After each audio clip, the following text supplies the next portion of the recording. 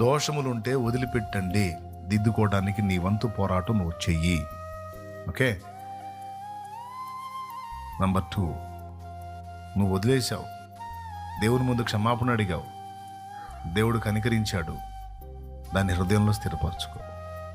ఎప్పటికప్పుడు ఈ మెళకు కలిగి ఉండు.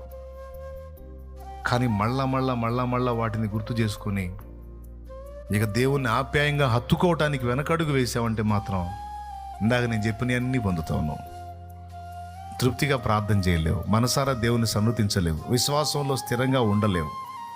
ప్రార్థన చేస్తావు కానీ జరిగిద్ది అంటావా? నేను మంచిదాన్ని కాదుగా, నేను మంచివాడిని కాదుగా.